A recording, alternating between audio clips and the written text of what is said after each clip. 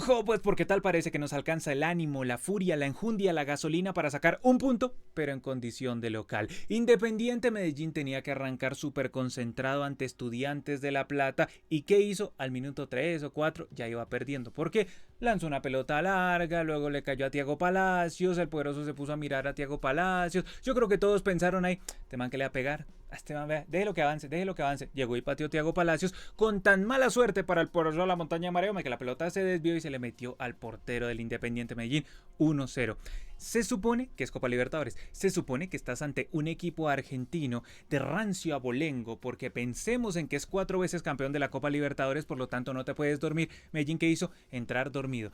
No sé qué le sucede a los equipos colombianos, siempre ha sido como un caso de estudio que ellos piensan que los primeros 20 minutos del cotejo son como de exploración, o al menos en el caso del Medellín piensa eso. Como que la primera libre, no pasa nada, vamos a hacernos pasito. Y resulta que Estudiantes de La Plata entró totalmente concentrado y listo, convirtió el 1-0. De en adelante Medellín tenía que responder. Obviamente, si estaba de local tenía que responder. Y lo hizo, aunque no de forma tan continua. Los ataques eran desbordes y centros, más centros, incluso centros de mierda, como dijo el técnico Cacique Medina en la pausa de rehidratación, el técnico de Estudiantes de La Plata.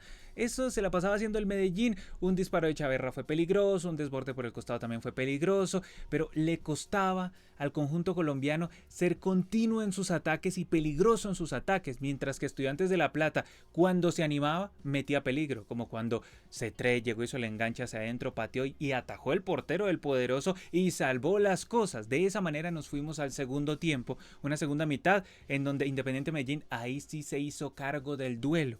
Bueno, más o menos hasta el minuto 90, porque ya en la adición Estudiantes metió bastante peligro, pero entonces vamos paso a paso. El asunto es que con el ingreso de Cataño, que qué bien por Cataño, desde que estaba en Millonarios siempre me pareció un jugador muy interesante, fue a Bolivia a jugar con Bolívar, volvió a Colombia, pero las lesiones lo han complicado y Cataño obviamente fue un plus para el Independiente Medellín, que empezó a aproximarse de forma más continua y con más peligro, sobre todo con Chaverra, con un disparo cruzado, también con el disparo de Fabra que atajó muy bien el portero Fernando Muslera. La pelota fue al tiro de esquina y desde ahí cobró Cataño, el balón pasó derecho para que le cayera al jugador Chaverra y Chaverra definió para el 1-1. Sorprende, sobre todo en Estudiantes de La Plata, un equipo enseñado a que en las pelotas paradas tanto defensivas como ofensivas hay que ir a muerte, pero no, se durmieron.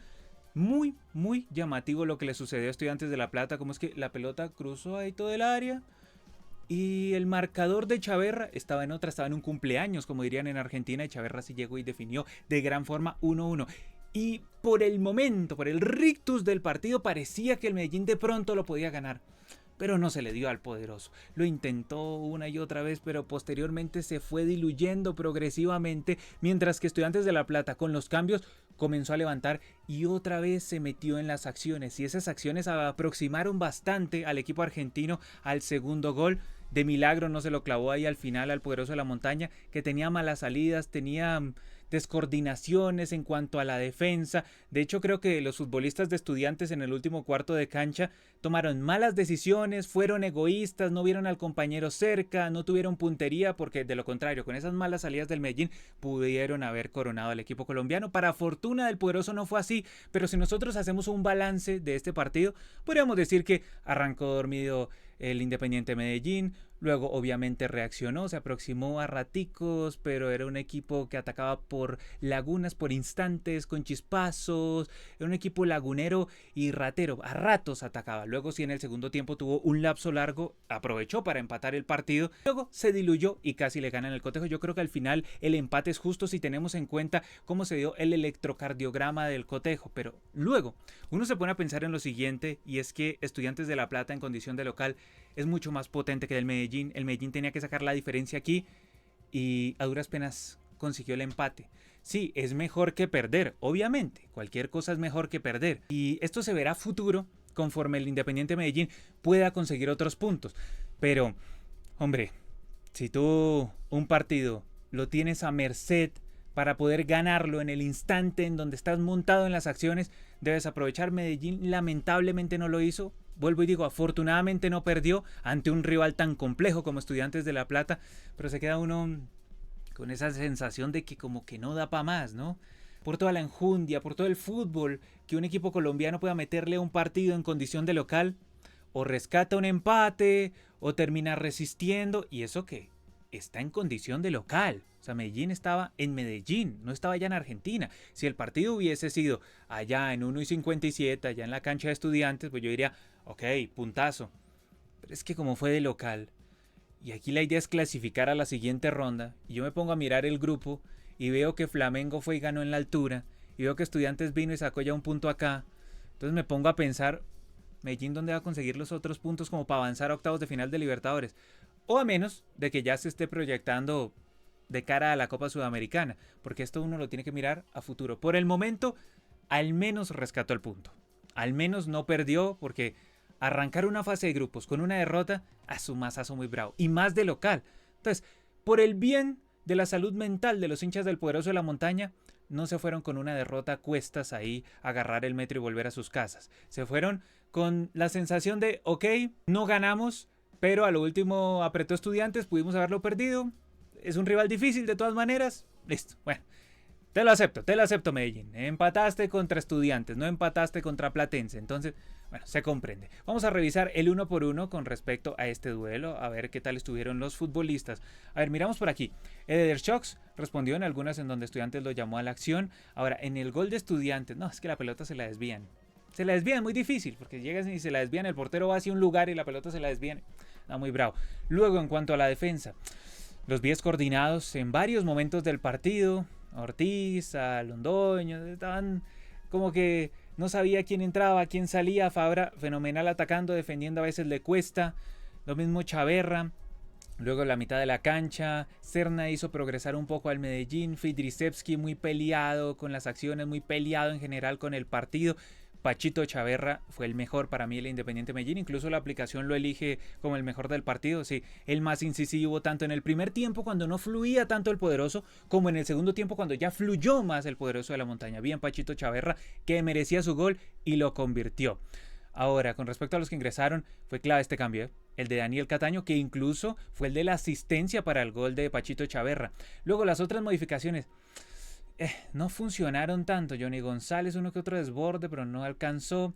Enzo La Rosa, me acuerdo que el árbitro llegó y pitó una falta por una jugada donde supuestamente La Rosa había tumbado a uno de Estudiantes. Falta de sopa, ¿eso dónde es falta? Que La Rosa, si hubiera convertido ese gol, lastimosamente lo erró. Yo creo que iba a revisión del VAR, obviamente iba a revisión del VAR porque es gol. Y miraban que ahí no hay nada. O sea, eso era gol para el Medellín. Lo que pasa es que seguro La Rosa le comió cuento al futbolista que cayó o al árbitro que pitó. Yo creo que La Rosa, si hubiera sido un poco más vivo y lo definía bien, iban y lo revisaban y eso valía como gol del Medellín porque eso no era falta nunca en la vida.